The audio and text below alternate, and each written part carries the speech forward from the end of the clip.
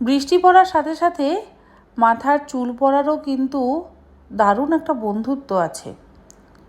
একদিকে যেমন অঝোর ধারার বৃষ্টি পড়ছে, অন্যদিকে ঝরঝর করে মাথার চুলগুলোও তেমনি ঝরে পড়ছে। তাই ঘরে চুল না আঁচড়ে চেষ্টা করি বারান্দাতে এসে চুল আঁচড়ানোর। তবে ঘরে তো 4-5টা চুল পাওয়া যাবেই, সে যতই আমি বারান্দাতে চুল আঁচড়াই না কেন।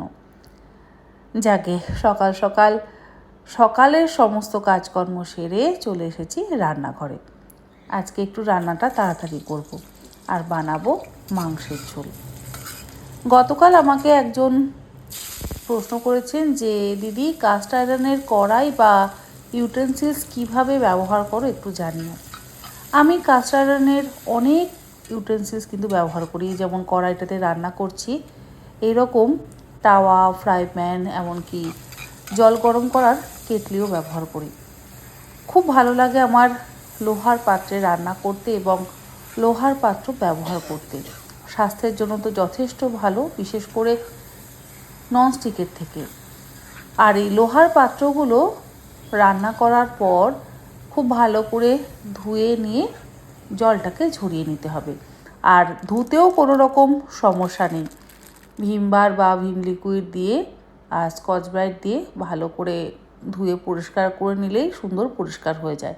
তারপর জলটা ঝরে গেলে একটা শুকনো কাপড় দিয়ে মুছে নিতে হবে।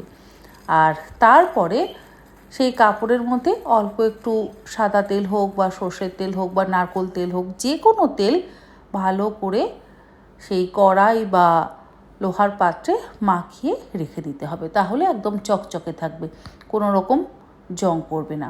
আমার মাকে আমি ছোটোবেলাতে দেখতাম লোহার কড়াইতে রান্না করতে, এমনকি লোহার খুন্তিও মা ব্যবহার করতো।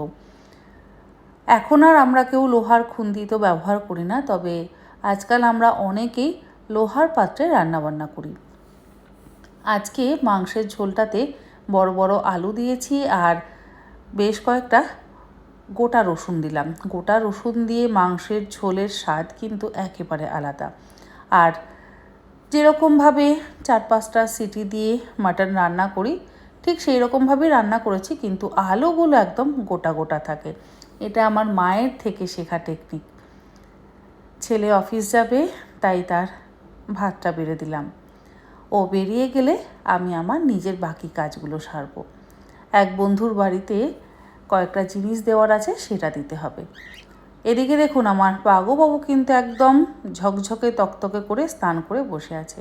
যাকে আমি যাই এবার আমার বন্ধুর বাড়ি, পরে আপনাদের সাথে আবারও